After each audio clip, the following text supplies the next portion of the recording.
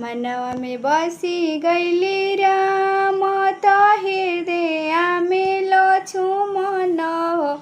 अरे दुन नयना में भरत हुआ गोविंद भैले दो लम गोविंद भैले दो।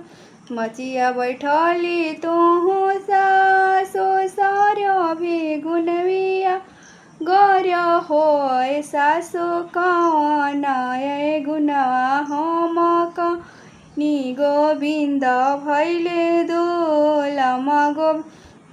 पढ़ही जेठ नाही मानिलु गया कि लातिमा रिलु होय बहुआ तुलसी के कैलु अपमा न गोविंद भैले दो लम गोविंद भैले दो।